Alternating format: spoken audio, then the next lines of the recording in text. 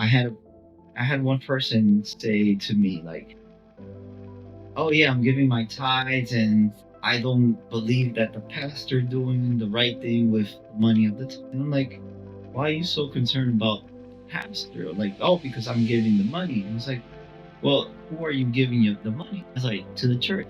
To the church. So if you're giving to God, God understands that you gave it to Him. Now, if those funds are not taken in the right way, that's personal account pastor or whoever manages that. That's an account with God themselves. When you give the money, you gave it to God, and that's what you need to fulfill. It's like, I gave this with all my heart to God. Why do we have to look at what the other person has done? That's their personal. But we focus so much sometimes on other people's tribulations too. God put everything in order. I think when you're a strong character, strong person, you're gonna get tempted by the devil, right? I think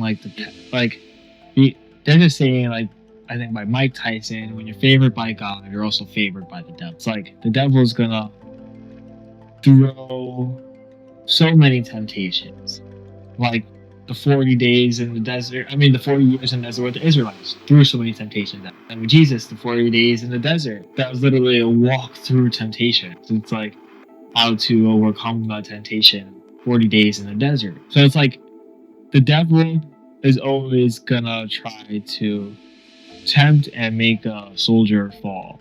But even when the devil attempts and tries to make a soldier fall, God always comes in and says, "Get back up. I got you," and He will forgive, right? And it's the soldier that has to build up their own fortitude to not get tempted. It's like Peter built his fortitude in Jesus to go out into the water. He had his fortitudes up to not be tempted by the devil. And like it was a story. Like Peter has so many, like he went through with Jesus, through so many things with Jesus. I'm not too well versed yet, but like I'm not sure how, like the story with Simon much.